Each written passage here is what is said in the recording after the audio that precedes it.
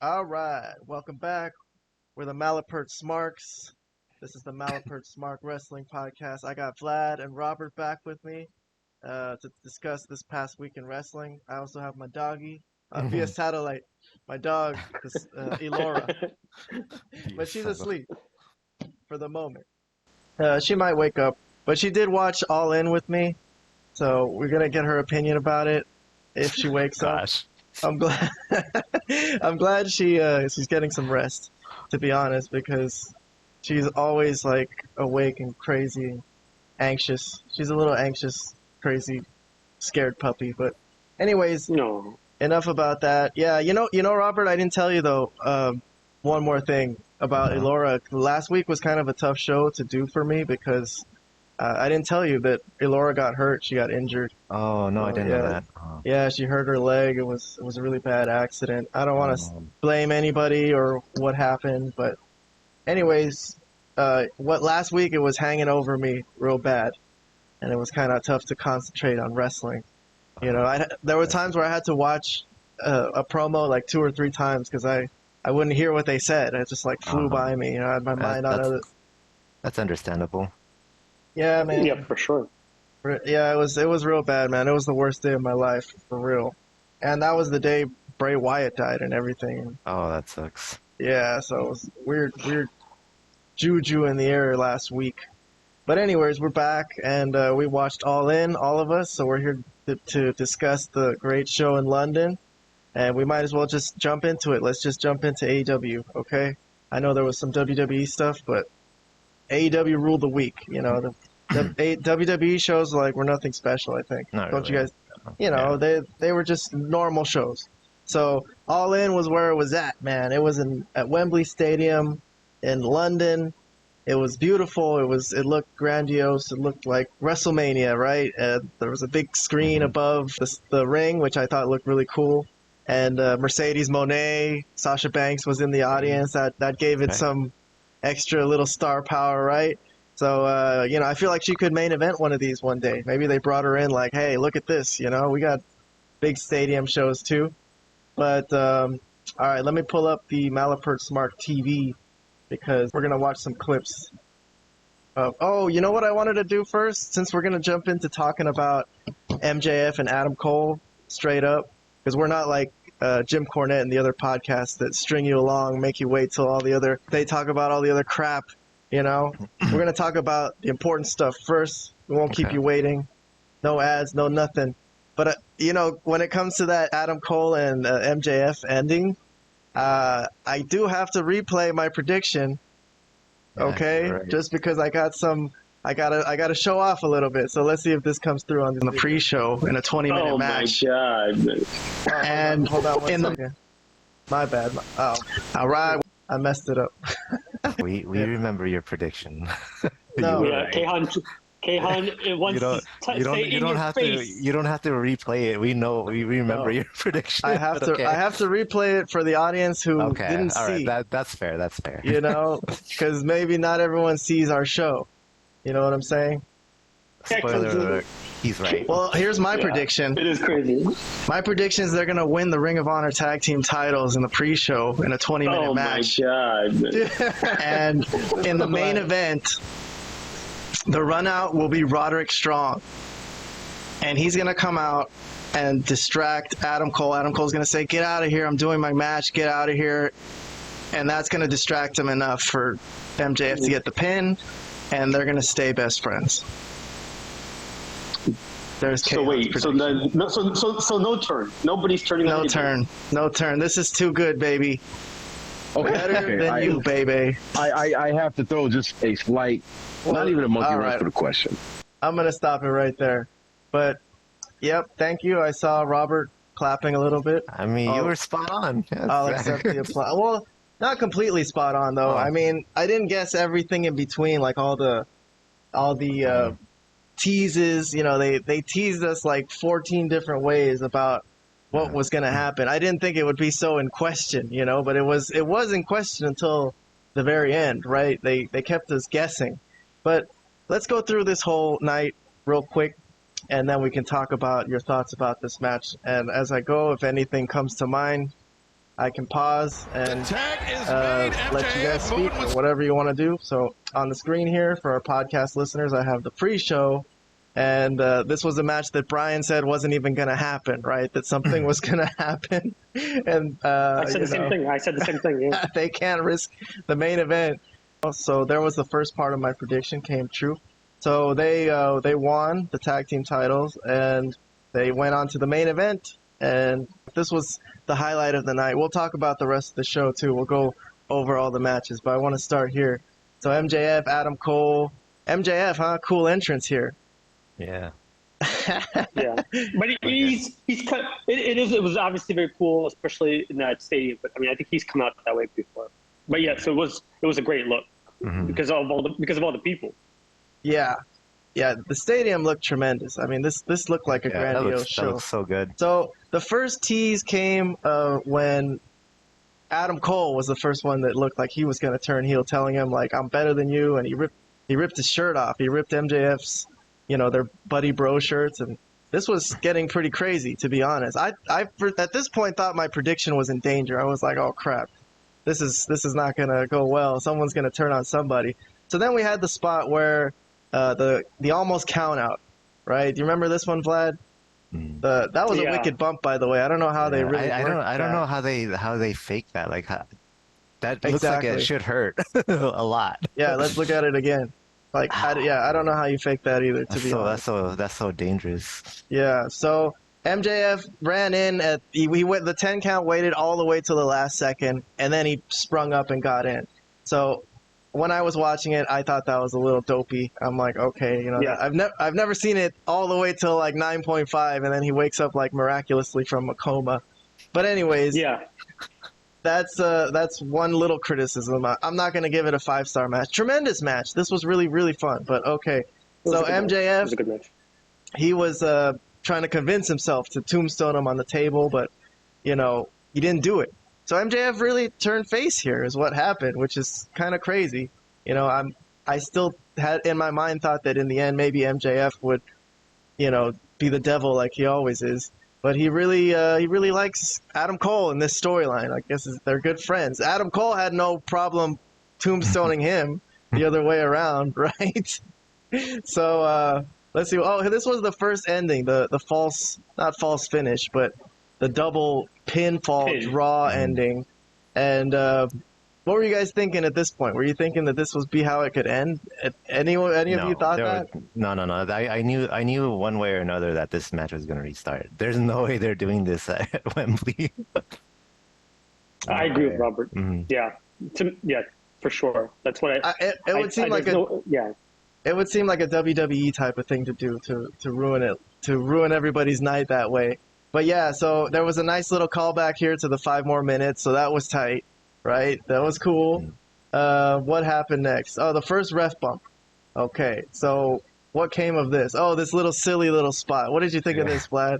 The super Eddie Guerrero spot, but the ref is not the biggest fan of this spot. There was a couple spots I wasn't a big fan of, but overall, obviously, I did enjoy the match. But this more comedic thing, I don't know if this is the timing or the right place for such supposedly an important match in front of 80,000 people. But yeah. Yeah, I don't know. Anyway, so the second ref bump, he took the Panama Sunrise, which was hilarious. This was a great spot, I thought. Love that spot. So MJF thought, yeah, this is his time to cheat. This is his money time, right? But he didn't do it. Again, he put the ring away. Really, really likes Adam Cole, so he's going to play it straight.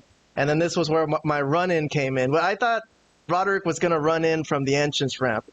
I don't know where he came from. They kind of snuck him in there. I thought they should have. I wanted to see him running from all the way from the entrance ramp with his with his neck brace. Anyways, nails him with the low blow. Adam Cole in the end gets the boom in, gets the pinfall, but the ref's out. So that doesn't mean anything for Adam Cole because there was interference. Okay, so Roderick tells him to do it again, right? Hands him the belt, and then he doesn't do it. He throws the belt away, and he tells Roderick to get out of here, right? And then I think is this where he gets rolled up? Yeah, that's where he gets rolled up. So that was enough of a distraction. So that's kind of exactly how I predicted it, that something would happen that would slightly distract him. But the story wasn't over. So this was where like a lot of good drama started right after the match. So MJF is trying to be a good friend, tell him, hey, we still got the tag team titles. Throws it away, right? And this was where all the amazing drama came in. What did you think of the acting in this part, Robert? Not bad. I was loving this. I was loving the majority of this match actually. The spot where they kept throwing the chair back to each other. I think it was a good idea, but they kind of overdid it. They kept throwing it at each other too many times. If they only kept it a few times, threw it at each other a few times, that would have been not so bad. But for the most part, everything that I see here, the storylines that are taking place, the callbacks to the angle leading up to this have been amazing. Even this part, like this is another callback right here. I remember this is calling back to a scene in a previous episode of Dynamite that we actually made fun of. But that was a good callback right there too. So I enjoyed it overall. I wouldn't give it 5 stars, but I really liked it a lot. Hey Vlad, how about the acting, the MJF acting with when he told Adam Cole, "You're a fake friend." Didn't say it like that. Called him a fake piece of crap. You never cared. Yeah. You never cared Never about cared, man. In front Sure. of such a gigantic audience, like what a performance, huh? Yeah, I mean, I may have some criticisms of the match or the whole thing of the angle, but this was entertaining. This was the reason to watch the show, and the crowd who had already witnessed so much wrestling prior to this really came alive for this main event. They were invested, and it was entertaining. I mean, it was entertaining. There's not, but you could take off. This was an important angle. This has actually garnered ratings for the company. This has actually made money for the company. So, in that sense, whether I have an issue with it or not is kind of irrelevant because it seems to be working for them and they're going with it. So, and why not? If something works, you go with it, right? Yeah, I So- guess that was gonna be my next question. Do you have a problem with Yeah. the booking? I mean, you're right. It's over, so you can't really Yeah. say you have a problem with the booking, whether you do or not. So, I think looking back, I think they made the right call here because the team of MJF and Adam Cole is really really hot right now. So it would be the right thing to keep it going. So I think they made the right call. I also think you shouldn't break them up yet. Go ahead. I also think it's not quite necessarily over. Like one of them might not turn on the other still at some point, especially Adam Cole. Yeah, I think of he course. could really say like, I really want that title, and it could be just the fact that he wants that title so bad that he's going to turn on his friend at some point. I'm saying it could happen, but yeah, for right now they're going to ride it out. All the little kids, the little Jimmies. The new age little Jimmies, they love the Adam Cole and MJF, baby. So they gotta sell that better than you, baby merchandise. They gotta keep it going. they did not want to let that go yet. So oh, there's the dog. I just want to say real quick though. Oh, the dog is coming alive. Hey, but real quick, I just want to say. Oh, there she is. Yeah, she's making an Elora. Elora, She's making a move. Hey, She's like, I'm awake. What did you think of All In? Elora watched All In like 12 times. I watched it like 2 times, 3 times actually. I just left it on, but Elora had it on all night, like on repeat, and I fell asleep. Oh. poor dog. She's traumatized. No, I was just gonna say the key to this angle. I mean, look, I'm a big Adam Cole fan, but the key to this whole thing is MJF. He is such a entertaining bastard that he can just do anything. He can be involved in any angle, and it's entertaining. So I think that's the key thing that I want to make clear, that the reason this works so well, despite whatever issues I have with it, is because MJF is just an amazing talent and an amazing entertainer. Yeah. Actually, hearing you say that reminded me one more thing that I was thinking during this match. I did witness something that was really, really rare, and that was hearing Adam Cole's opponent get more cheers than Adam Cole. This is really, think about it. This is rare. Even when Adam Cole was still a heel, he was getting cheered more than whoever he was facing in the ring. So to hear that, MJF getting cheered more than Adam Cole, I was like, wow, I almost never see this happen. This is very, very rare. So, Oh yeah, but MJF is the thing is MJF is their best heel and he's their best face. So exactly. it's like he's so good that he can. That's how good he is. That's how good he is. Yeah, exactly. Yeah. So I think this was pretty much worth the price of admission on its own. I'd say so. Yeah. Are you okay? He's like, well, I don't know if it's worth watching it 12 times. You put me through hell, Dad. You put me through hell. Is she all right, Kayhan? She's just hungry. Yeah, I gave her a carrot.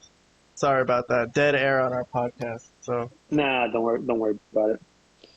So yeah, this was worth the price of admission, I thought, and whatever else that people that might think of the rest of the show, like if there was like nothing but underneath people for the whole rest of the show, I thought that was good enough that I would have paid a ticket just for that. That was tremendous.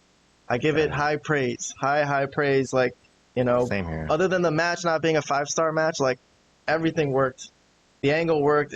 Despite it being a little goofy in the build-up, everything really worked really well. So I say I had a really good time with that match. It kept me on the edge of my seat, and I didn't know what was going to happen, even though I had a prediction. AEW booking is also really weird to predict sometimes because very weird. It's not like WWE booking where it's like, you know, anywhere from 1999 to like 2006, you could pretty much predict WWE booking really easily, but AEW is off the charts. So anyways, let me move on with the rest of All In. So let's talk about that. If I can pull up our next topic. Our next topic is Jungle Boy fighting with CM Punk backstage because he sold out. Perry. I'm sorry. Yeah, I know. Well, so that was the spot right there. I don't know if you noticed it, Robert, but he did the rolling thunder. He faced the camera and he told everyone, "Look, real glass." And this calls back to that argument I guess they've been having backstage about, you know, the bookers or whoever is in charge of talking to the talent. They were trying to tell him not to use real glass, and CM Punk is sort of involved somehow for some reason because he's an elder statesman. So he sold out the business right there in front of everyone on camera. So he said, look, this is real glass, inferring that all other glass used on the show is not real glass. So that's a selling out the business moment of the week right there. Anyways, so they had a big fight. Let's get some opinions about just the fact that the new guys, the younger guys, are still fighting with the older generation, butting heads. They want to make the show a little bit more coherent, a little less chaotic sometimes. And this guy just doesn't listen. You know, so is it the talent's fault or is it the booker's fault, Vlad? Ooh, that's a deep question. That is okay. Well, in this scenario, it's a combination of both.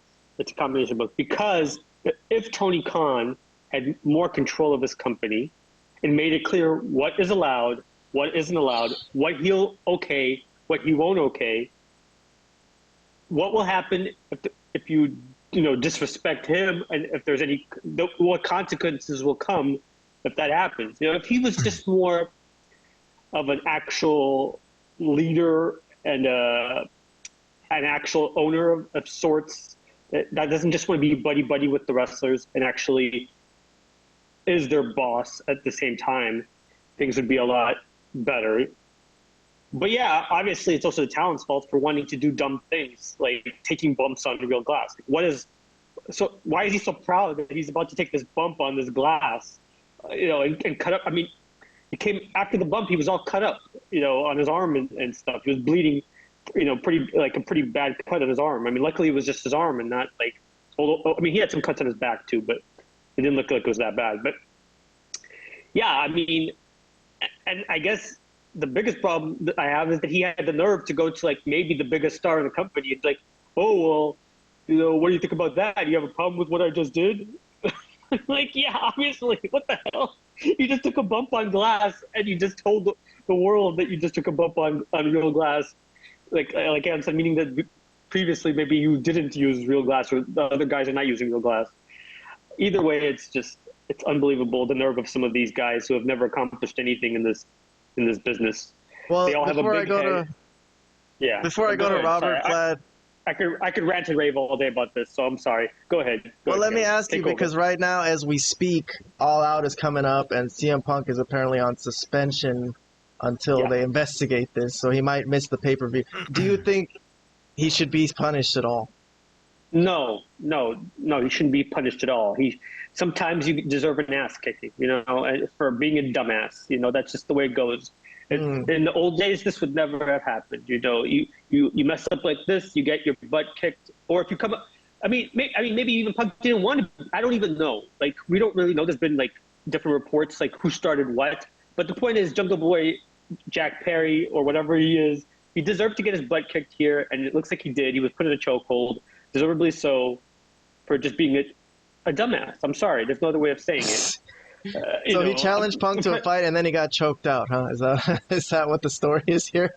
Well, that's the word, right? That's the word on the street. So I don't know what what the real story is exactly, but that seems to be what everybody's saying, that he did get choked out. Punk does not deserve to be suspended. Suspended for what? For telling it like it is? You should not be bumping on glass. You're a professional wrestler. The point of this business is not to hurt yourself. It's to make it look like you're hurting yourself, but not actually doing that. That's the hope. That was the art that for so many years, for 50, 60 years, has been the point of wrestling. And now these guys are literally killing themselves and the business. So, no, Punk should not be suspended. But obviously in these times, in these crazy times that we live in, he is going to be suspended. All right, and he's going to miss the biggest show. Let me get Robert in on this. I got to hear Robert's opinion. Robert, excuse me. Who do you blame on this whole thing more, Jack Perry or CM Punk? Jack Perry. But thing is, we're hearing reports, but do we really know what exactly happened? If we really get the story right of who initiated the fight, then I don't know, that might change my opinion on this. But I did think if it was one thing that Jack Perry used real glass, but he didn't have to get on camera and say what he said. Exactly. That's where I think he really messed up. He could have just not said anything. And then to go on Vlad's point, where when you asked them who's more at fault, is it the promoter or the talent? I do agree with Vlad when he said it's a bit of both. I do think it's a bit more on the promoters, on the booker side. Tony Khan should have really put his foot down and said, no, you can't do that. So I do lean more towards it's the booker's fault. But so if you were Tony Khan right now, would you suspend Jack Perry and not Punk, or both of them?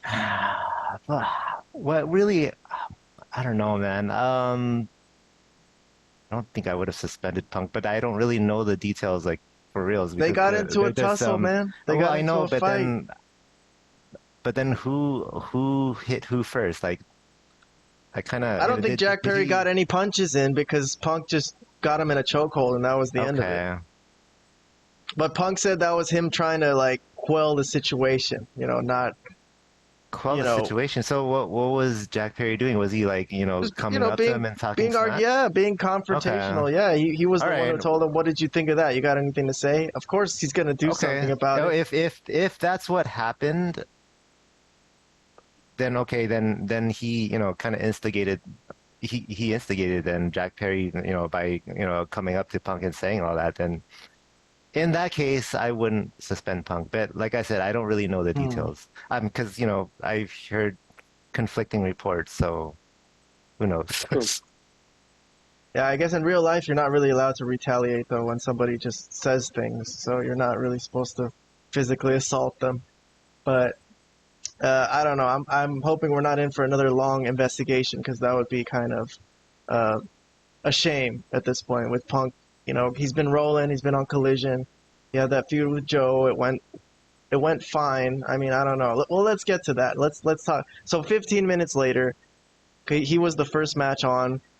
Jack Perry lost to Hook in a match that was made on Collision the night before. So, kind of rushed a little bit. But between the 15 minutes where that match ended and then the real show started, they had that fight backstage. And then Punk went out went out to the ring to fight Samoa Joe. So let's get to that. We have some clips here. Well, I'm just going to jump straight to speaking of selling out the business. What was all this nonsense with the Hogan leg drop? And, then he did the Hogan leg drop and then Samoa Joe hulked up, which I don't know. I don't know who came up with this or who thought this was going to be like a funny idea or something. But I think didn't Punk also tease the "You can't see me" from John Cena? It looked like he was about to do it. Yeah, before. Yeah, he did that, and then he did the leg drop instead. So, I was disappointed with that. I was disappointed with Jim Cornette also, Vlad, when I heard him talk about this match, that he's like, he thought it was amusing. I'm like, why was that amusing? I don't know. I just, I thought that was a terrible spot for an otherwise decent match. In the end, it ended with a Pepsi plunge that I thought, didn't look that amazing. But Punk wins, and he's still the real world champion. So, you guys got any thoughts on this match? Let me start with Vlad, guys. You go first. Yeah. Outside of that moment, because we saw this together, we both said, what the hell are they doing when they did that Hulk Hogan thing? That was dumb. We both agreed that was dumb. And it served no purpose, really. It served really no purpose. The match was fine. It was a good match, good solid match. Good work by both guys. Nothing crazy. Punk got good, some good juice, as they say. Not one of those little things that you sometimes see where some people just cut themselves and you barely see anything. There's like a little thing. He got really nice juice here. It's a good match. Good solid work. Nothing else you could say. I mean, we pretty much knew who was going to win. It would have been dumb for any other thing to happen. But so a successful feud in the books, huh? Yeah, I think so. I think it was good for what it was. I mean, I think the only problem is the result was never in doubt. But I think his next program was supposed to be probably with Starks, and now who the hell knows what's going to happen. But anyways, yeah, this was a successful match and a successful night for Punk prior to us knowing what the hell happened backstage. Up to this point, he had a good night. Sorry. So yeah, I have a few thoughts. So I thought it was funny how during CM Punk's entrance, it sounded like there were more cheers than boos. But then when the match started, it was very clear that the crowd is more into Joe's side, rooting for him over Punk. I thought that was kind of funny. Also, I do definitely enjoy this match here more than their match in Collision a few weeks ago. I thought this was definitely better than that. Also, during the lead up to this match, Joe kept mentioning, in their previous encounter that Punk didn't beat me; he escaped me. So I thought this victory for Punk looked like more a legit victory than the previous one, where it was. I don't even remember how the other one ended, but this Probably one a roll up. Yeah, roll something up, like that. yeah, Roll up. roll up. So Yeah. this one didn't look like a fluke victory. This one looked more legit. So I thought that was a good way to close the feud. All right, let's move along then. I mean, I thought the match was okay. I thought the feud was okay. I hope they could come up with better. I mean, but maybe it's good to just get Punk a win coming off of UFC humiliation. Just let him at least beat somebody and make him look good for God's sakes. All right, let's see what's next. Okay, so it was Bullet Club Gold with what was this match, Vlad? Remind me. It was a 6-man tag, right? Yeah. With versus Bullet Club Gold and and Takeshita. Takeshita. Yeah, Yeah, excuse me. There he is, Takeshita. Yeah. Why? How could I forget that? Okay, against the Elite. So I don't know if you guys were a big fan of this match. I know there was this spot we can point out with Ibushi saying hit me, hit me, hit me. So this is strong style, I guess. Technically, is this the definition of strong style, Vlad? Just I'll take every punch you can take straight to my face. Ask Robert's the expert on strong style. He likes Japanese wrestling. Robert, is this strong style? For the most part, yeah. I mean, it involves a lot of kicks and knees and stuff like that, but it looked like a strong style match. So you just stick your chin out like a dope and have the other guy punch him, and this is considered good wrestling. I'm not a fan of that part of it, so I do like the kicks and knees more than just standing there and taking. Maybe that's not the complete definition of strong style, Vlad. I don't know. We got to look this up later. But yeah, that particular spot where they just stand there and let him bash him in the face 50 times. I got to point that out every time I see it. I'm sorry, as a Smark. I hate that. So what happened? I'm not a fan of that either. In the end, Omega got rolled up. So he got rolled up by Takeshita. So he's got a lot to brag about that he pinned Omega at Wembley Stadium at their show of the year. So that's going to lead into a storyline that we're going to see on Dynamite continue. So they're going to probably have a match. But this I like. To be honest, I mean, this whole match itself, I wasn't really a big fan of. But the fact that Takeshita and Omega are going to have a match, I think this was okay to further that angle, I guess. So, I don't know. This wasn't a complete waste of time. Vlad? I think the only person that I really care about from this whole thing is, well, I'm okay with obviously both Juice and what's his name? Oh my God, I'm having one of those days. Jay White. Yeah, Jay White. Those Peronis are going straight to your head, man. Those Peronis. That's what it, yeah, exactly. No, just my brain just doesn't function. But anyways, but Takeshita is a real interesting talent that I like. So I'm curious what they do with him down the line and what becomes of him. He is an interesting talent. He's probably the best Japanese wrestler that I've seen in this AEW that they've presented. So I guess we'll see what happens when he and Omega have their match. I mean, I'm assuming Omega will win, but still, it's good that he's kind of being put in a nice spot. Robert, you're more a fan of these type of matches with Omega and Ibushi and everybody. What did you think of this match? Did you enjoy yourself? I liked it, except until the very end with the what was that? I guess you call it the roll up or whatever. Like I just didn't like the finish, but the match itself overall was really good, I thought. Well, we'll mention it later, but I kind of didn't mind the finish because I liked how they on Dynamite they started talking about Omega's surgeries and injuries, and the reason he couldn't kick out of that roll up was because his you make a good point. Callis told him to pin him on the right side because that's where he had his neck surgery. You know what I mean? So he's got like a little bit of extra scouting. Okay, so Don Callis. But that information came later, right? Like, yes, I'm thinking in the moment as I'm watching this, not a fan of how that ended. Yeah. Okay. That's fair. I got you. All right, so let's move along. Where am I at? I got our boys. So Mr. selling out the business themselves. The Young Bucks.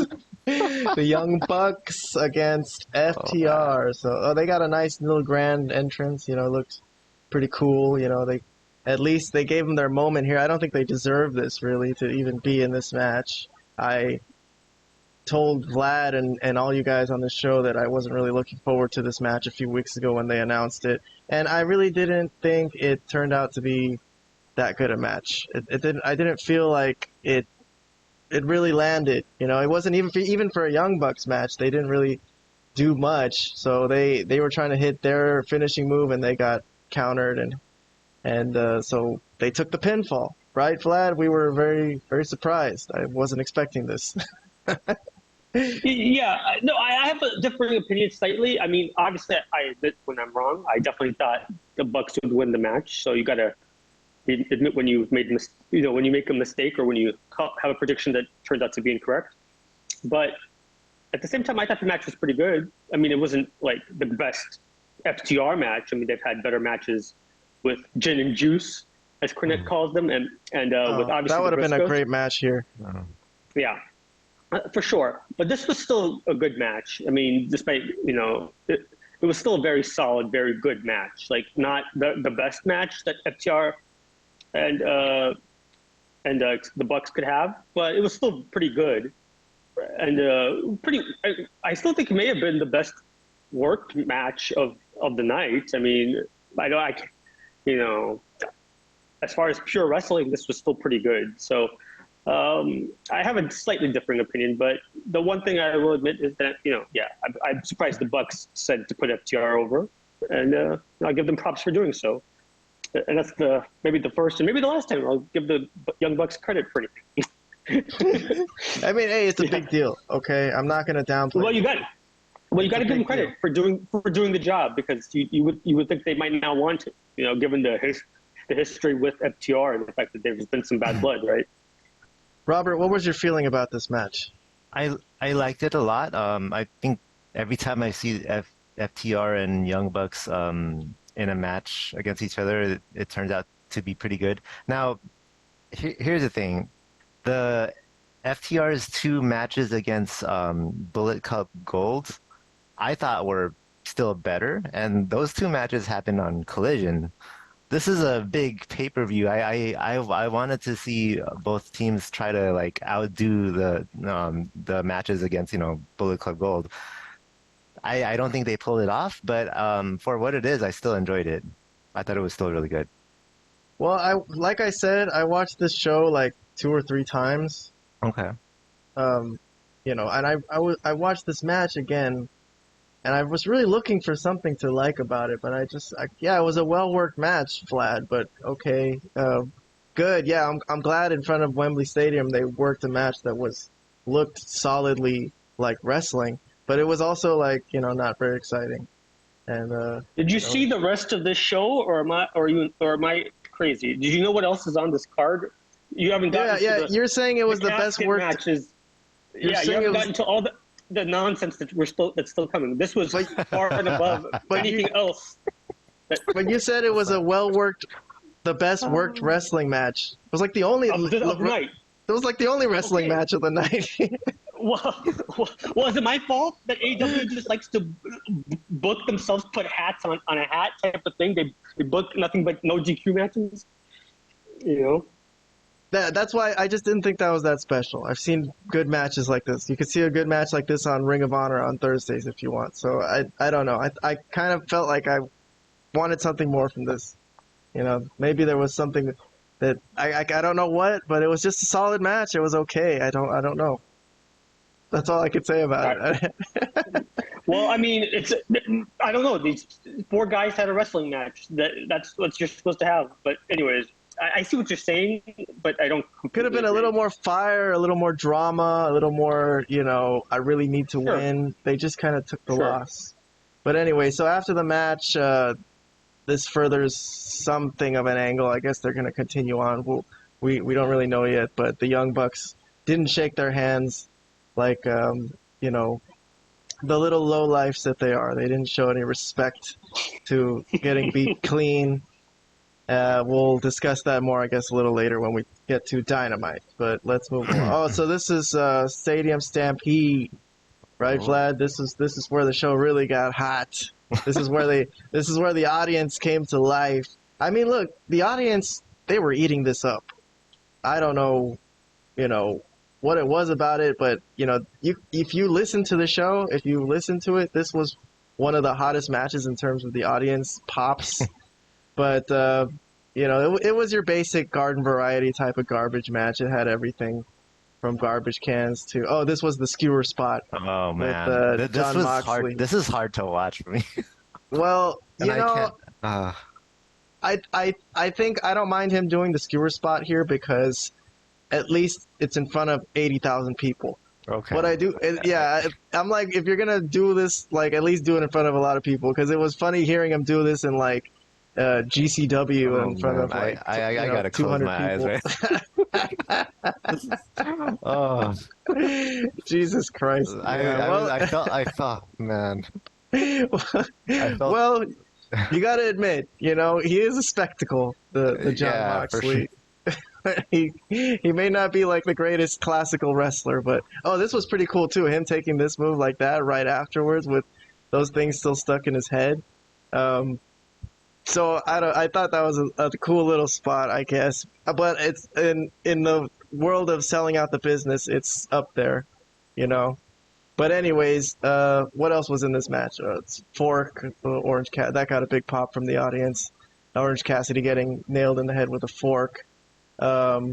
Sue, Trent's mom, came out. Jon Moxley gave her a kiss, right? So that was the kind of a funny moment that he got attacked immediately by her son right when he did it. Oh, this was kind of a funky moment. Penta, like he went to the back and changed clothes, and like anybody knows what his other gimmick is, you know. So he came out as Penta Oscuro like anybody cared. The end of the match was Orange Cassidy, of course, their number one guy in the company, knocking out Cesaro. Oh, yes, God. he is their number one guy until somebody takes him out. So that was that. What did you guys think of Stadium Stampede? Robert, did you think this was throwaway, or did you think this was a good match for a hardcore match? There are parts of it that I like. Now, I do think this was a handicap match in reality because Orange Cassidy and the Best Friends, they had Sue on their side, so there was one extra person on their team. Well, it's a no rules match. This is a handicap anyway, match. They could have brought more people if they wanted to. So yeah, there were parts of it that I enjoyed. Not all of it, but there was one thing that happened towards the end where Orange Cassidy had taped his hand and then broke like glass in a bucket or whatever, and then he dipped his hand in it. So that I don't know if you guys ever watched the movie Kickboxer, the Jean-Claude Van Damme movie Kickboxer. When I saw that, it reminded me of that scene where right before the final fight, they Jean-Claude Van Damme's character and the villain, they dipped their gloves into broken glass as well. I was like, oh, so it made me think of that movie, which was pretty cool. I watched a lot of Jean-Claude Van Damme movies when I was a kid. But yeah, it wasn't too bad. I enjoyed it a little more than I expected it to because I wasn't really interested in it to begin with. But it was not bad. Vlad, you want to take a minute to rip on this, or you want to say anything positive? Positive? No, there will be nothing positive about this. But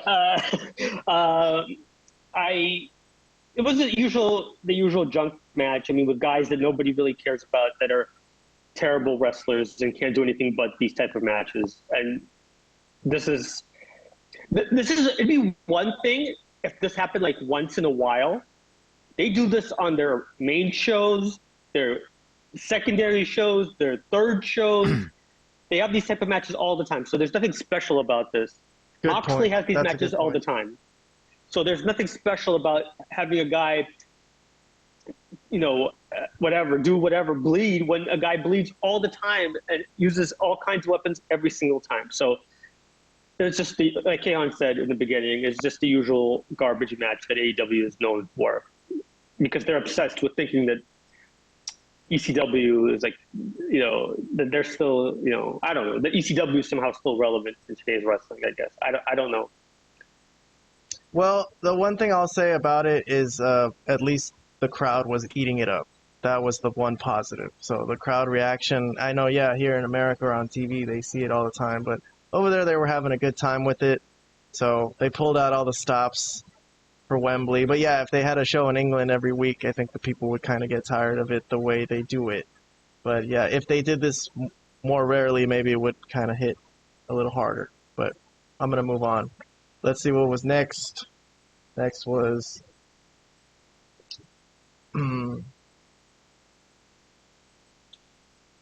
women's match. Women's four-way. It was Saraya, Toni Storm. Saraya came out to Queen.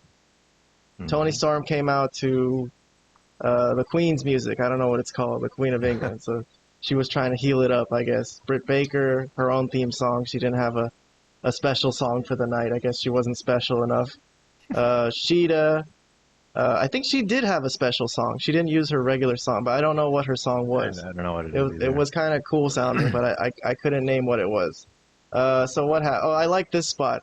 This was the spot where I guess their plan got tangled up, and they're like, "We talked about this," and Saraya goes, "No, we talked about this," which I was like, okay, they kind of messed up the line a little bit. So that's where their squabble started, and this turned out to be basically the end of the Outcasts. And Saraya's mom was trying to help out Toni Storm, and then she got nailed by accident, and then that led to the complete dissolution of the great group known as the Outcasts. And this was a great moment, I think, because of Toni Storm, because this was a great showcase of her facial expressions and how she just went completely nuts here and was just completely demented. But she took this kind of hard because it came out of nowhere. She went in there thinking she was gonna have a friend. Instead, it all went to shit. And it ended, the end of the match. Oh, Britt Baker here completely not paying attention while she's got Shida in her finishing move, and Saraya finishes off Toni Storm behind her back. So that was a little funky. Like, what are you doing? Not paying attention. I thought that was a little weird. But okay, Saraya wins. She's the new women's champion. You have, let me start with Vlad. You got problems with this booking, let's put it that way. Well, yeah, I mean, the worst option to win won. So, I mean, so in a sense, yes, I have problems with the booking. They only did it because she was at her hometown, and but whether it made sense or not is, I guess, irrelevant to them. But I mean, the women's division is kind of a mess. But the only real talent that they've had so far that's been any good at all is Toni Storm, and they said since Jamie Hayter is also out, those are the only two potential wrestlers that could probably also wrestle in WWE today, like if they wanted to. Yeah, I don't know. I don't know what to make of it. I don't agree with the booking, but I'll leave it at that. Well, Robert, let me tell you that I heard a stat that this was only the 4th singles match that Saraya had in her entire time in AEW. Yeah. What kind of message do you think that sends to the rest of the women in the locker room? Not a great one. She's essentially a part-timer. So she shows up, but she's not really doing anything. So well, she's got clout from her previous experience in WWE, right? So she was basically handed that title. But so was Punk. Well, Punk at least tried to have a string of matches. I remember when he first started. Right. He even had a match, like a bunch of matches on Dynamite. So he was at least trying to get back into the swing of things before just handing him the belt. But yeah, I don't know. I mean, I think the worst part about it would be that people think she doesn't really look very strong in the ring at the moment. Maybe she was better before all her injuries. But maybe they promised her a run, and this might be as good a time as any to do it in front of the big audience. But anyways, if you got nothing else to say, we got more to talk about. Next was Swerve Strickland, who came out with rappers, so he's big enough to get his own special entrance. And Swerve and Christian, the TNT champion, against Sting and Darby. And Sting and Darby came out to Seek and Destroy, which, I love Metallica. I love basically every Metallica song, but I never really loved Seek and Destroy. I don't know why a lot of people use that. But if I was going to choose a Metallica song, I wouldn't choose Seek and Destroy. It's okay. It's very... What do you think of that song, Vlad? You like Seek and Destroy? I know you're a big Metallica fan. Well, yeah, I'm a big Metallica fan, but yeah, obviously Seek and Destroy is not high on my list of their best songs. So why it's so popular? I mean, I guess it is kind of a catchy tune, and it has a mean riff and things like that. So there's some things going for it. I don't like that riff. No, I mean, I think it's kind of a goofy riff. Hey, Robert, you just goofy. You just saw Metallica. They close with that song, right? No, they close with Enter Sandman. But they did Seek and Destroy. No, they didn't. So yeah, I was watching this match, and then the entrance they played Metallica, and I was like, oh my God, I'm gonna see them later tonight live, also in the stadium. So this felt like, kind of like a warm up for what I was gonna experience later, which, by the way, was epic. Oh, I'm But sorry. yeah. back to the show. Yeah, I wouldn't have chosen Seek and Destroy. It's not, if I were to make a list of like top 10 Metallica songs, that wouldn't make it on there. No. Well, let's go through this match a little bit, not very much in detail, but here's the thumbtack jacket spot, which I guess us Smarks might be able to say something about. I don't know why you'd want to wear a thumbtack jacket and then ram into somebody with it. That seems kind of stupid. So, here's the Sting crazy spots. More crazy spots. Didn't break the table, so he decided to do it again. Second time he broke the table. It looked pretty cool, but it's what we were talking about last week with Terry Funk. Okay, if you know what you're doing, okay. But so I thought this match had a lot of cool spots of like close, trying to close the casket or the coffin, and Christian like right there was like sticking his arms out, trying his damnedest not to let them close the coffin. Here's the Nick Wayne spot. Took one spot, one choke slam on a skateboard. At least he got on the show, I guess. Oh, here's a bad spot. The coffin Ouch. drop onto the coffin. Why would you do that? Painful. That looks painful. Not necessary. Not necessary, Yeah. Robert, right? I don't know. No, I wouldn't Sting have done almost that. got thrown into the coffin, but the baseball bat saved him. That was kind of a cool little spot, I thought. And, I didn't like this spot. I didn't like the Scorpion Death Drop spot. That looked weird for him, I don't know. I don't know if they thought that out, but okay. And then in the end, Swerve gets slammed in there, but I don't think Swerve really got lost because you see his hair sticking his out. Like hair. that. I was thinking Yeah. the same thing when I saw that. Like, hey, that doesn't count. His Yeah, that hair does not kept count. it open. Okay, so this match had a bunch of experienced guys, Sting and Christian. Darby's great. Swerve, I guess, didn't do anything bad. The match was fine. I think if anything you could complain about is maybe the feud, but Christian's involved with Darby, so that works.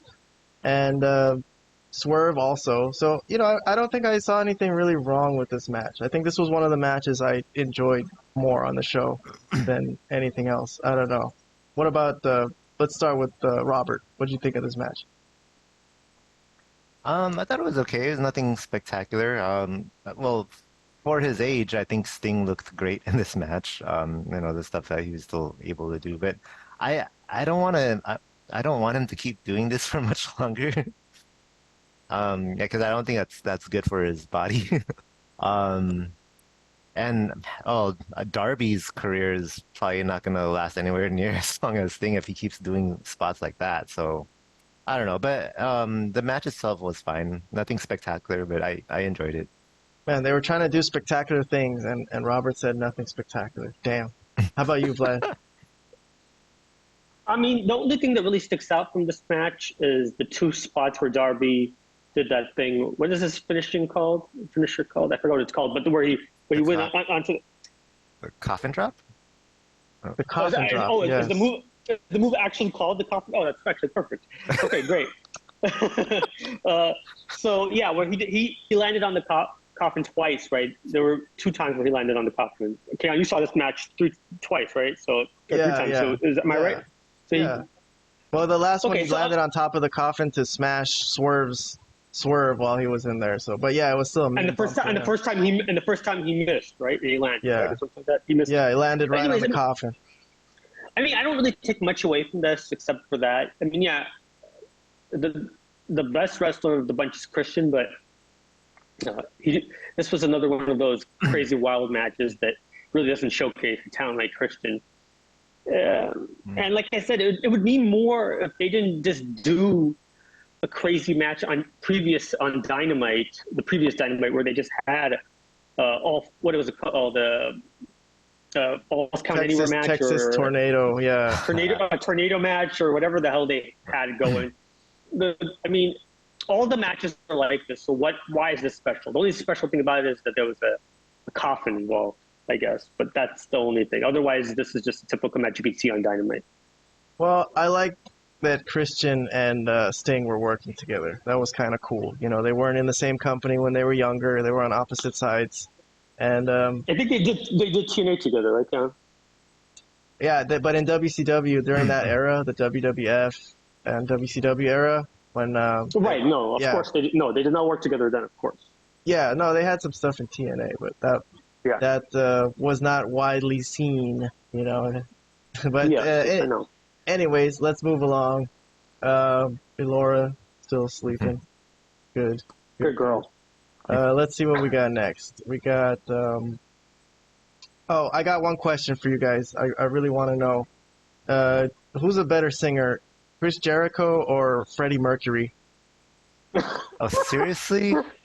Yeah, I'm seriously asking. Vlad, you go first. Oh. The better question is, who's a better singer, me or Chris Jericho? Jeez. Jesus Christ. Well, okay, Robert, do you think you're a better singer than Chris Jericho? Well, no, but there's No? no way Chris Jericho is better than Freddie Mercury. Come on. I know. All right. Well, I'm joking because of the spot that we're watching where he was trying to do the Freddie Mercury, basically. Oh yeah, well, you got a lot of shit for this. I don't know what he's thinking. You're really putting yourself out there for criticism when you do stuff like this. But anyways, he came out singing his own song Judas, which was cool because we all love Judas. But I don't know about a wrestler coming in singing his own song. Like, isn't he supposed to be focused on the match? You know what I mean? Isn't this like a distraction kind of thing? So it was cool though. Everyone got to sing along. I'm just saying in terms of like, you know, kayfabing for wrestling, coming into a big match here at Wembley, you should be focused on that, I think. But anyways, Ospreay came in. You know, Will Ospreay's song is really cool too. I don't know if you remember it, Robert, but I haven't seen much of him because he's in Japan. Really dramatic, amazing entrance here with all the fireworks coming on and everything. But I like his theme song. So what can we say about this match? There was an interference spot. Sami came in, but that didn't lead to the end of the match. Despite interference, despite a low blow, Jericho still did the job pretty much clean. And Ospreay is a future superstar in the business, I guess, if he doesn't get hurt. But I don't know if you guys want to give any thoughts about this match. Robert, you want to go first? So I thought this was I really enjoyed this one a lot. Probably my second or third favorite match of the card. So I'm used to seeing Will Ospreay do, you know, the stuff that he's doing in this match and like in his matches with Kenny Omega. So whatever he does, that's, you know, I would say is spectacular. It doesn't surprise me. In this match, though, the stuff that surprised me was the stuff that Jericho. There were some spots that Jericho really surprised me. I didn't know he was still capable of doing at his age.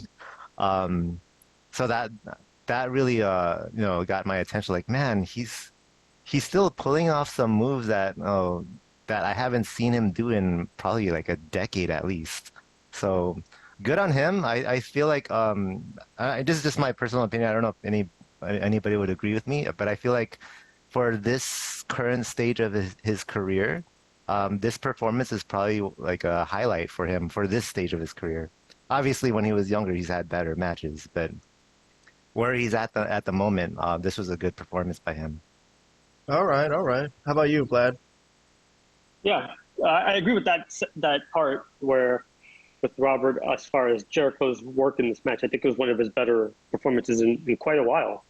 He's had some mediocre, really poor to mediocre matches for years now, but this was a better showing than he has shown in a while.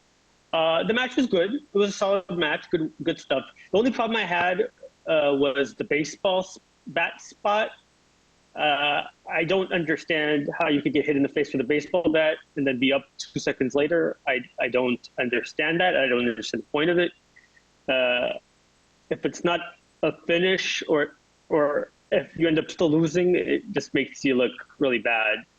and in Jericho's case, it didn't really do any favors for him. I mean, I know he's supposed to be the face here, and he's kind of cheating, so I don't know. I don't really know what to make of that spot. Overall, the match was good, but, this was something that was just brought together the last week or two of the show. So it's not like we could talk about like some hot angle or anything like that. It just was what it was. And, obviously the right guy won too. I don't have much more to say about it.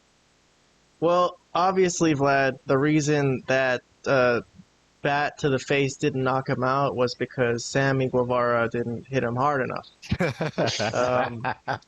So after the match, Jericho was kind of pissed at him, upset, maybe at himself that he lost. But that remains to be seen where this is going with all that. So I'm going to move on to, I think, the last match of the night, possibly. Well, here's the attendance.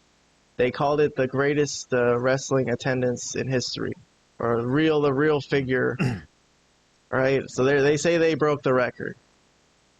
I don't know if that's true. Why not? I don't know what to believe. Yeah, why not? Why don't they just? Yeah, everyone can lie about anything they want to lie about. So.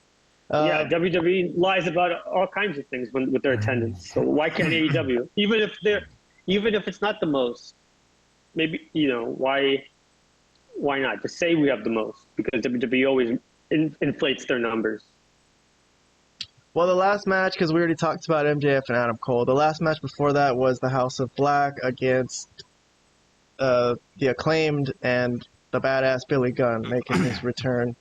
And this was also another fairly predictable one that went along with a bunch of other predictable finishes, but this had to be an Acclaimed victory. It just had to be. And the House of Black at the end of the match showed him respect and handed over the belts willingly. I have this theory that the House of Black are actually baby faces,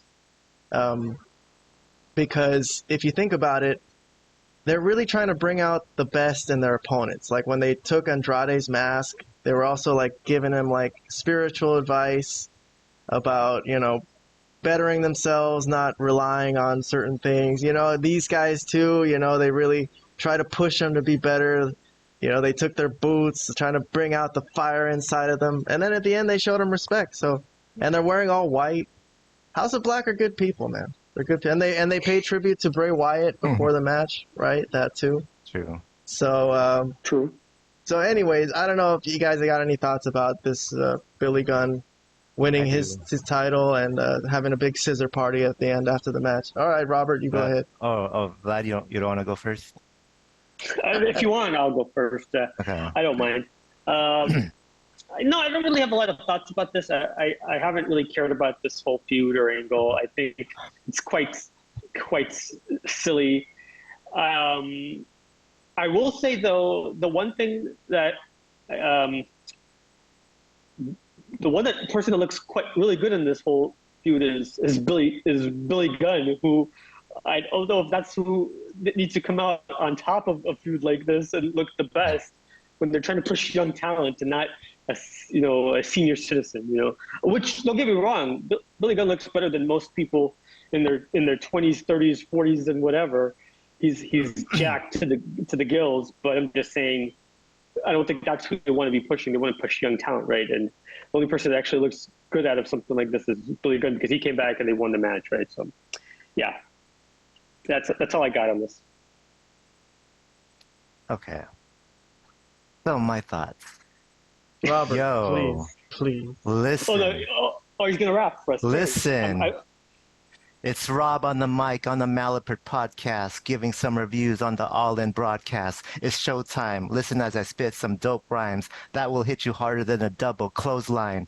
The House of Black lost their match to the Acclaimed. 81,000 fans going insane. All this trio needs are scissors and a microphone. Was Billy the badass or daddy ass? Yo, I don't know. Oh wait, that's right. According to The Rock, it doesn't matter what his name is, so let's just call him Bob. The trio's champions are back where they belong. The only one that can kill their run is Tony Khan. Congrats to Billy Gunn and his 2 new road dogs for regaining their momentum. Let's hope it won't stop. But this scissoring gimmick, yo, they need to cut it. Sooner or later, the fans will not love it. Yeah, I said it, and if you ain't down with that, The next two words won't be mentioned in my raps. But if you know, you know. DX fans represent. Peace out for now until the next big event. Malapert Spark Oh. Wrestling. Rob Whoa, has Man, that arrived. was crazy, dude. Don't That was scissor a me, daddy ass. That's a lot of lines, man. That Dude, was great, Robert. Casters raps are just like 3 lines usually. That was way deeper. That was way deeper. Good job, Robert. Robert, Man, you need to start writing raps for Castro, man. Oh, I don't mind. man, I should make that the theme song for this show. Oh, Any- all right. Well, we gotta do it to a beat then, but okay. That was not But bad. that was good. But that was pretty good, Robert. That was pretty good stuff. Pretty good, pretty good. All right, well, listen.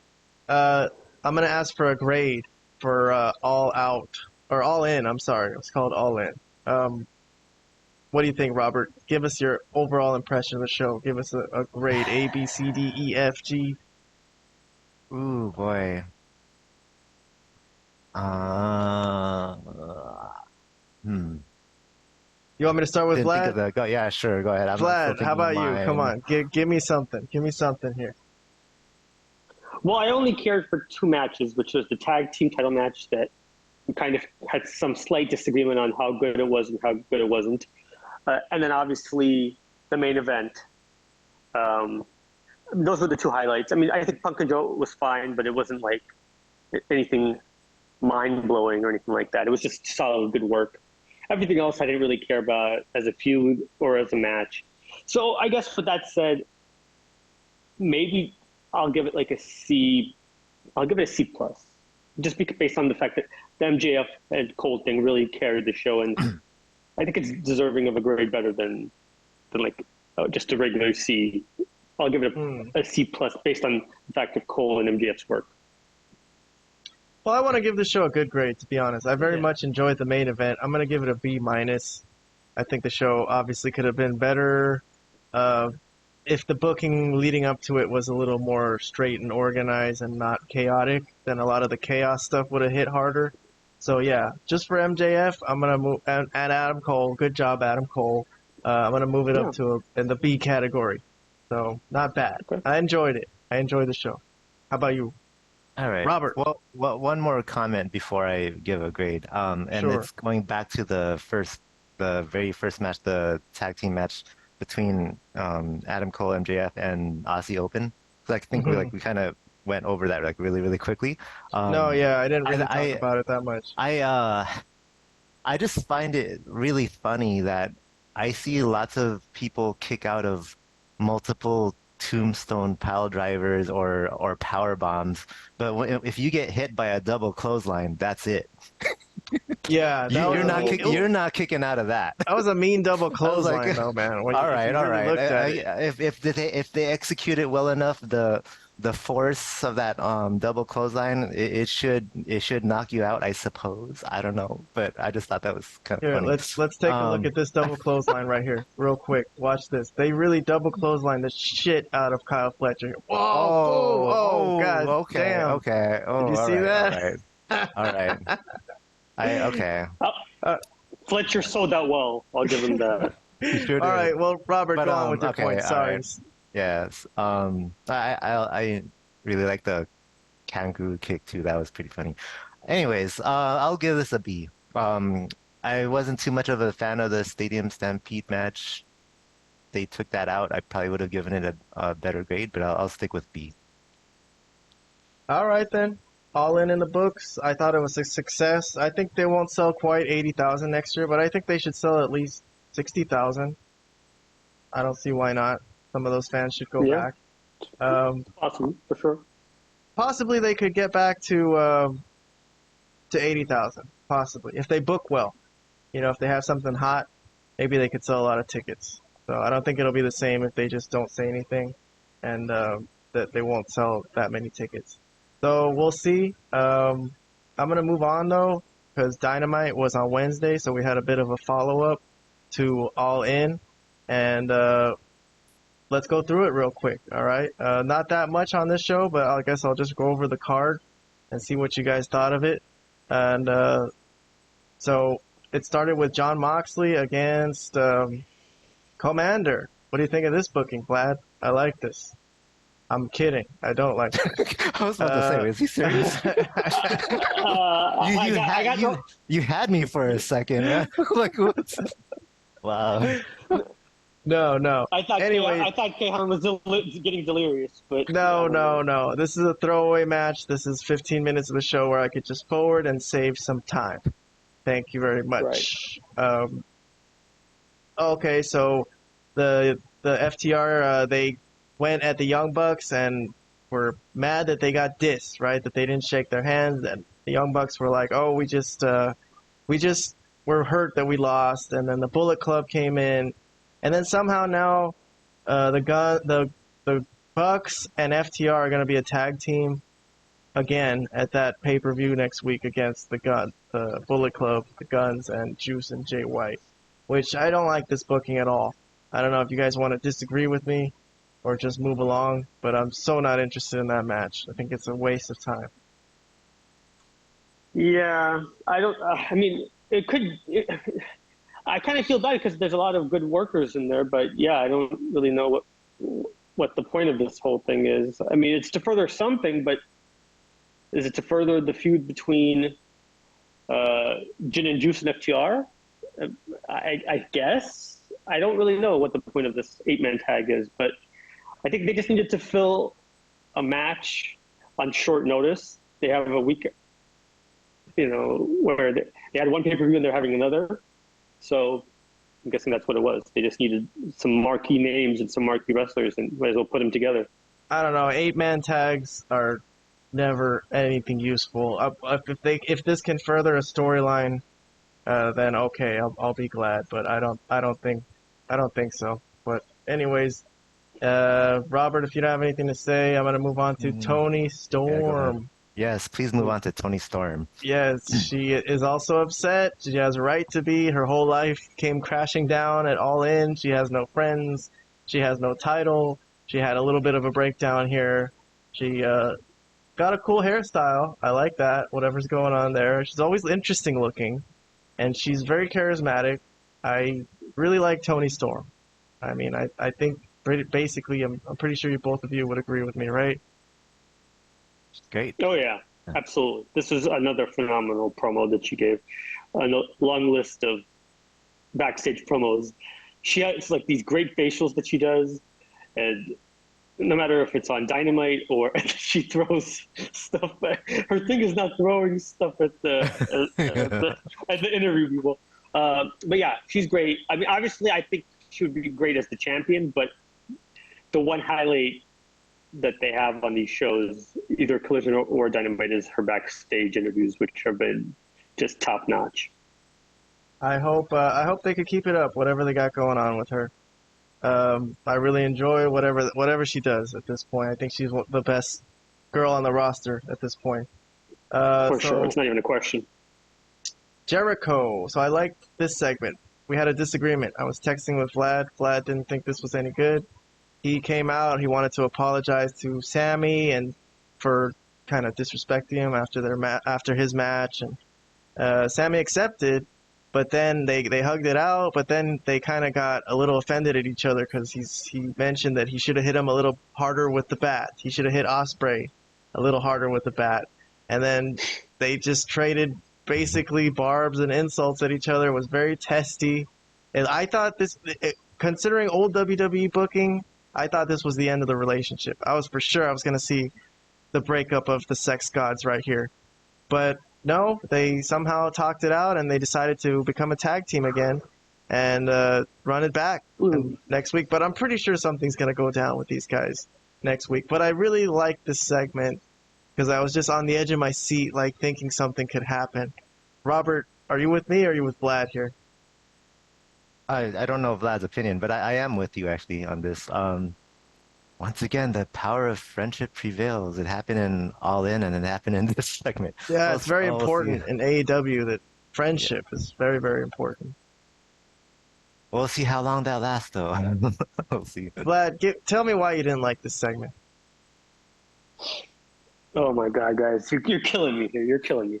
Okay, No, I mean, the reason I didn't like this segment is because I want Jericho to go away, take a break, stop stealing screen time with 20 minutes of his ranting and raving. He could go on tour or take a break. He'll be fine. Tony Khan will welcome him home if he takes a few months off. It's fine. Just go rest.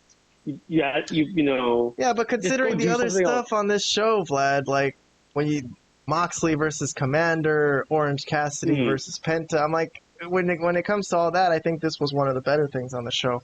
This is not. I don't think this is much better than any of that. So I disagree with that.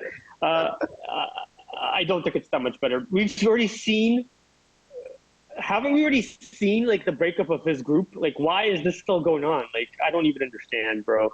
I almost want to pull a Vince Russo and just go, bro, get off my screen, bro. And that's it, bro. Oh God, I don't know. It's 2-1, Vlad. 2-1. That's fine. 2-1. All right, let's move along. Backstage, so the Blackpool Combat Club's hanging out. So this I don't understand. So the main event of tonight is Orange Cassidy versus Penta, who Orange Cassidy is the international champion, but they're fighting for the right to fight Jon Moxley at All Out. So why is it like that? Shouldn't Penta be fighting Moxley for the right to fight Orange Cassidy at All Out, right? Or am I missing something here? But okay. That's the only thing about this. I want to say that Moxley may have beat somebody previously, and that's why he's already going to fight for the title. I don't know. It's a good question, and I don't know. But if they explained that, I missed it. I'm sorry, but it just seemed a little. They may or may not have. Yes, of course, but they may or may not. Do you know? I wasn't watching that closely. Let's see if Elora knows. Elora is like, forget it. She's fine. Right, let's move along. She's still asleep. The next match is Wheeler Yuta against Kingston. See, another kind of, it's for the New Japan Strong Openweight Championship. So they got, everyone's got a belt. The one thing I will say is that Wheeler Yuta sold Kingston's move like really well, because that's a really hard move to sell. Usually it doesn't look that amazing when he does it, but he helped him out here. So win for Kingston. Yuta does the job. After all the work they did to make Wheeler Yuta's character, he jobs to Kingston. I don't know. I'm pretty sure none of you guys have anything really to say about this. Unless Wheeler Yuta has been taking a lot of L's in recent months. He needs they need to do something to make him look a little bit stronger. Do they, Robert? Do they really? He's fine. I think they could just let it go now with that, honestly. But so this was post All In. MJF is going on vacation, right? Which he deserves. I think just a week vacation though, because supposedly they're fighting for the Ring of Honor titles at All Out. So that's gonna happen there. There was a little interview here with Sami and Callis. Sami just told him to get lost. He's like, he totally knew, just didn't like him, scumbag. So I thought that was funny. I kind of like this segment. I don't know if you remember it, Robert. I do. He did not want to hear anything Callis had to say. Just like, fuck off. So Adam Cole came out. He's going to talk about the fact that they're tired, but they're going to be ready for their match on Sunday. Whoever wins that Battle Royal on Rampage, I guess, is going to get a shot at and here comes Roderick Strong. The way I thought he was going to come out at All In, walking down the ramp. But so he comes in. They all tell him that he's there with the Kingdom. Mike Bennett and Matt Taven. Sorry. So they all take turns on the mic. They all tell him, you used to be our friend. You abandoned us, for whatever, for the money, or no one gets this MJF thing. And they put him through it. They make him feel bad about himself, and then Roderick goes, you know what? I'm gonna enter that world title tournament or whatever with his messed up neck. And Adam Cole was like, oh, the funny thing to me was when Roderick came in, I forgot the very first thing he said was that, oh, you're worried about MJF's neck being hurt, but not worried about me, your friend. Your friend. I don't know. I like this segment too. You see, me and Vlad also had a disagreement about this segment. I don't know. Robert, come on. I thought this was okay. I like this too, but I do think that this revelation of their history with the Kingdom, or Adam Cole's history with the Kingdom, should have happened much sooner. Because I didn't, yeah. Because I'm just saying from my side, when I was watching this, I didn't really know who the Kingdom were, but then I guess apparently they had history back when they were both in Ring of Honor. Because my first exposure to Adam Cole was in NXT. That's when I started seeing Adam Cole. I didn't know his previous history. Well, I know he was part of the Bullet Club for a little bit, and then he came to NXT. But then before joining the Bullet Club, I didn't know what he did before that. So that would have been nice to know the history between them, him and the Kingdom. So that way, them trying to help out Roderick Strong would have made more sense, because prior to this segment, that felt really random to me. But so yeah, I mean, it was a decent segment, but I think that that exposition of their history should have happened a lot sooner, just to make the angle make more sense. That's definitely true. Good point. Good point. I believe that to be a booking malpractice, as some people would call it. But I like that segment. In terms of this show, it was a really kind of weak show, I think thin. So, but that was one of the better segments to me. I don't know. Oh, Penta was going to fight Moxley. They cut a promo, whatever. Okay, so this was a poorly booked women's match, I would call it. It was Chris Statlander, Shida, and Britt Baker against Nyla Rose, Marina Shafir, and Emi Sakura. And Emi Sakura is like, she gets so much work from Tony Khan. Like, they must be good friends or something. She's on Ring of Honor. She's on, Collision sometimes. I think she's been on Collision. I'm not sure. But she's okay. She just gets a lot of work. And I don't know. In the end, the baby faces won here. There was supposed to be a little disagreement with Britt and Shida. I don't know. Someone got nailed by accident. And then Ruby Soho came in and whacked Chris Statlander from behind and took her belt. But she didn't actually keep the belt. I thought it would have been a nice little heel thing to do if she ran away with it. But she just kind of left it there on the entrance ramp. But very shoddy match, I would say. Like, why have this match?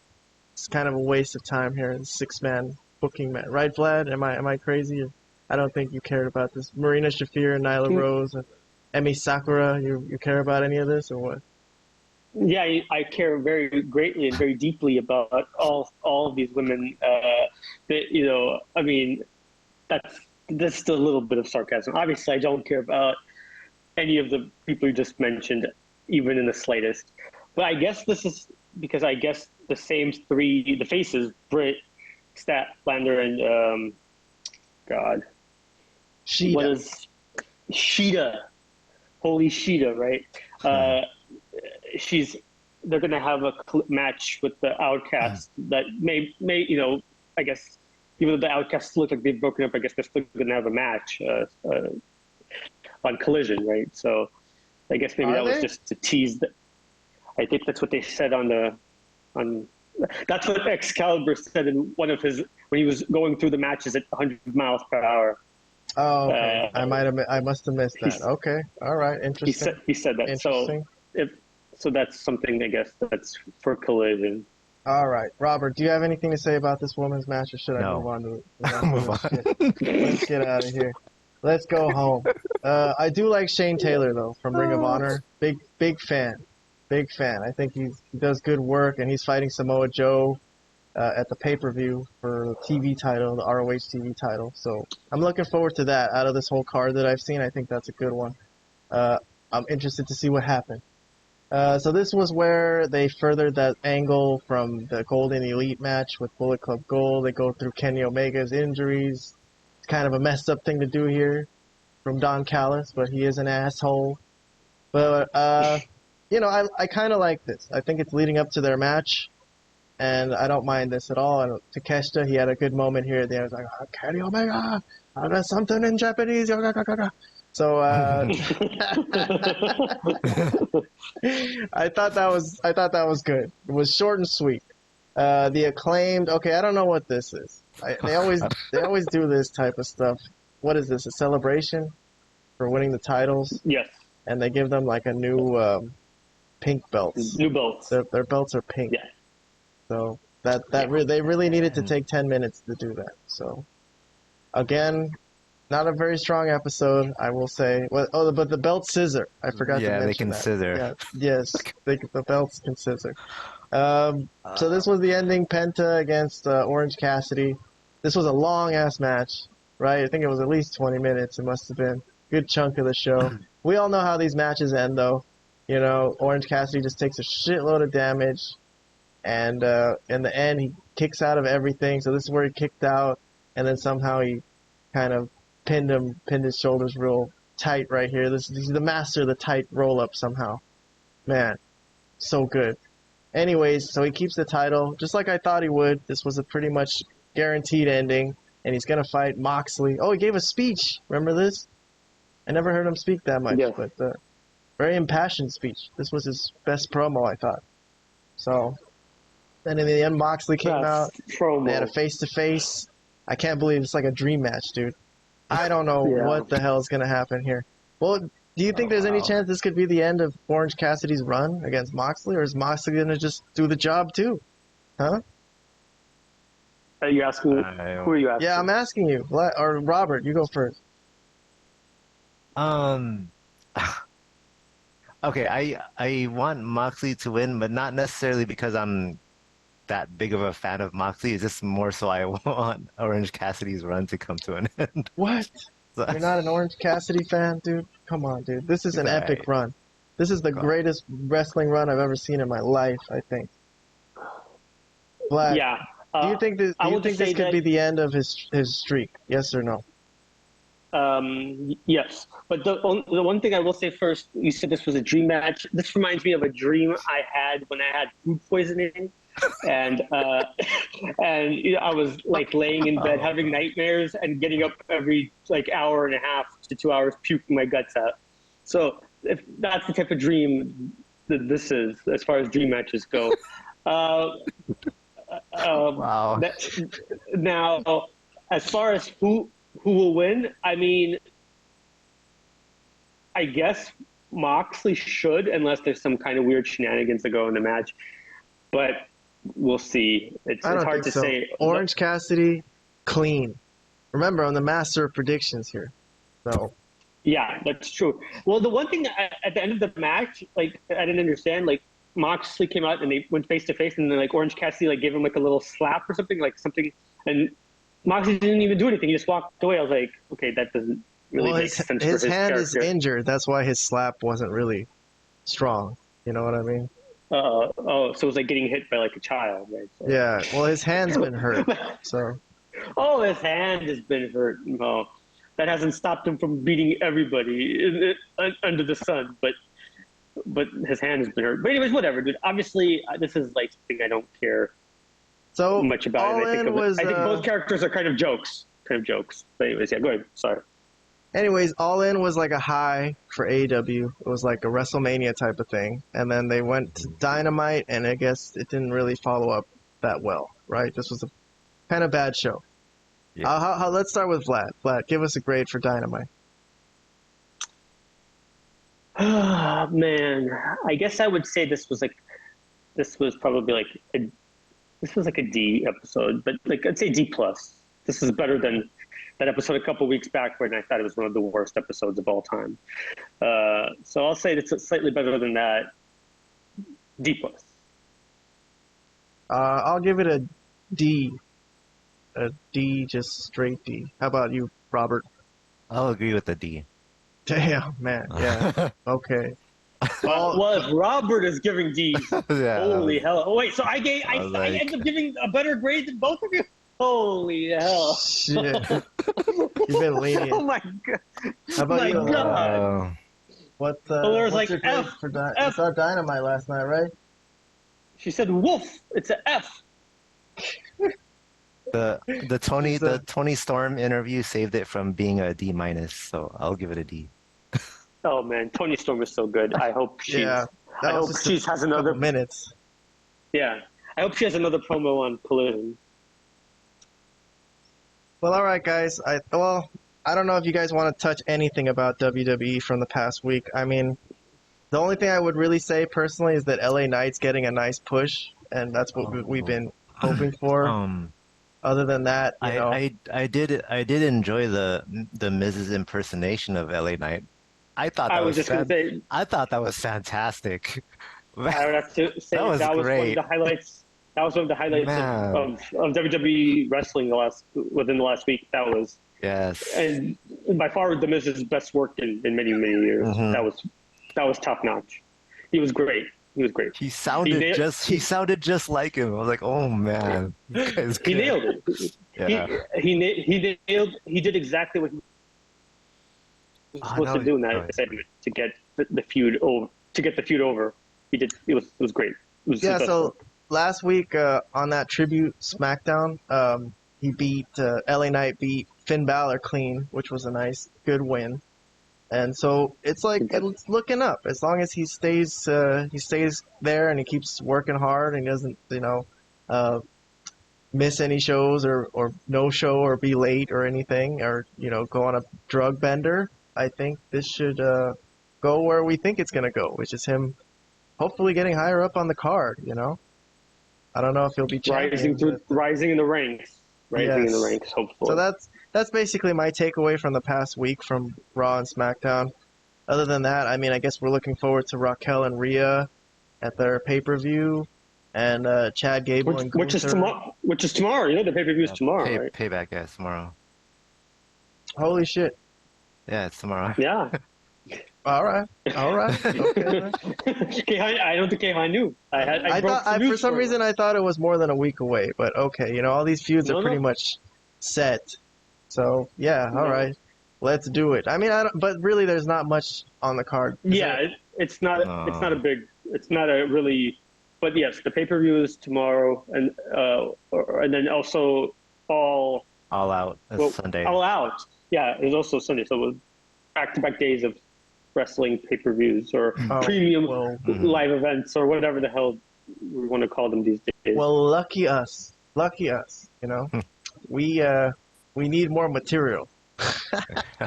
Yeah. What? I mean, I was just going to say, obviously, it was kind of a quiet week with WWE, I think a little bit because of the tragic events with Bray Wyatt. I think they had more subdued shows. There was some stuff, but nothing really worth, I don't think, talking about. There wasn't really any, no focus on the bloodline. There was some stuff with, the Judgment Day. Judgment Day, but they keep like messing up and things like that. Nothing really new. Yeah, nothing really new to really talk about. I mean, I guess Trish and Becky had that match on Raw to end the show, which was whatever. I didn't really pay it that much mind, and I know the big thing was like that Becky was really emotional after the match. Yeah. With holding up the Bray, she had the Bray patch. So that was really all I can. I didn't watch really anything from NXT. I don't know if you did, Kayhan, but I did, but I didn't really see anything that important this week either. But yeah, there wasn't really much of anything. So I think we could really skip WWE this week. Just to save ourselves the time. No, we didn't skip it. We just talked about it. That was good. I guess that's true. That was good enough. Yeah, just a quick little. I guess that's true. I guess we covered everything that needed to be covered. They're basically done promoting that pay-per-view, so that's going to happen. And then AEW are done with. It was a really great rise to, not really great, but at least for the MJF Adam Cole stuff, it peaked over there, and now it looks like they're kind of going down. And then it's too bad about Punk, because I think we're looking forward to some kind of storyline coming up with him. What was next with him? So that's I think it kind of ruins their whatever plan they had with him and I think Starks, which was the obvious the obvious match to have. So, Yeah. especially the fact that the pay-per-view is in Chicago. Yeah, that makes it worse. That he's not That gonna makes be it there. that he's not going to be there in his hometown. I mean, that's Yeah. really bad. That's really that really suffers. bad. If he has to miss a few episodes of Collision, that's really going to suffer too. Because really, it's really the Yeah, only because he's the center of the show. He's the center of the show. Of it's course. the only Yeah. reason we watch it. But it's going to turn into like Dynamite Rampage if he's not there. So we'll see. God. We'll see. Oh God. Anyways, all right, Britt, with all that being said, I think that was a good review of All In. I'm going to put it on the internet for posterity, for historical purposes, so people will know what the real people thought about the show, not, the politicians and such. But anyways, I'm going to say thank you guys for coming on the show. Thank you to Vlad, the wrestling expert. Thank you to Robert at RubberToeW, if you want to add him on social medias. And also the Sacred Princess, Elora, my doggy. Oh, yes. Oh, she was a good puppy today. And She was great, man. Yeah. if you want to add her on Instagram, go ahead. See her going on walks. She has more wrestling knowledge than Brian. I'll tell you that much. Oh no! Don't say Oh my that. God! God, you're drunk. Oh no! Oh no! Wait, what? What? What did I say? What did I say? What's everybody getting so Oh, crazy no. about? Isn't that? You guys- were we all thinking that? You Wait, guys was have everyone different thinking philosophies on what you like about wrestling. Okay. that? To be But- fair, it was a joke. Obviously, Okay. actually, me and Brian have been agreeing on a lot of different things lately. Yeah. We actually see eye to eye on many different things. This was just a joke. I think the one thing where we differ is his love for the Elite and the Young Bucks and Kenny Omega, and where I don't particularly like that group, and Jon Moxley. I think we would differ in those areas. But Brian, Yeah. the next time he comes on, we'll talk about this more in depth. But he told me that it's more the Booker's fault. He's on along that line of thinking that it's the Booker's fault for letting him do it than the workers who want to just I agree want with to that do it. too. They just shouldn't let them. So if he's like this hate you have for the Young Bucks and Kenny Omega, it should really be directed towards Tony Khan. yeah, but you And don't not think them. that the EVPs of the company have Yeah, a say in their own booking? I mean, come on, let's get real. They have Sure, more but someone, sway. if you can't let them do whatever they want to do, though, that's Tony Khan's fault. Tony Khan is not an actual booker. Let's get that out of the way, man. He doesn't know anything about booking. He's just a promoter, a rich guy that has money to start a company because of his dad. Let's not pretend like this guy is like the second coming of Dusty Rhodes or some sort of magical booker that booked it in the golden age of wrestling. This is just a guy that's a big fan and has the money to start a company because of his dad. I put some blame on him, but he's just a money guy. He's there to provide the support financially. The only blame I'll give him is that he actually wants to book his own show and not actually bring in actual bookers to book wrestling. The problem is the way the Bucks. Okay, I don't want to spend too much time on this, but you're right. This is something that we could discuss if Brian decides to return to the show. We could kind of have this as a topic. In the meantime, I'll just keep saying that Elora has more wrestling knowledge. All right. Well, that being said, yes, we'll have plenty of more shows to discuss this. We'll probably do this again next week, barring unforeseen circumstances. But for Vlad, for Robert, for Elora, and for me, Kayhan, coming to you from the gates of hell, I will see you next time. Thank you very much for watching, whoever is watching this. Thank you so much. Have a good night. See you next time.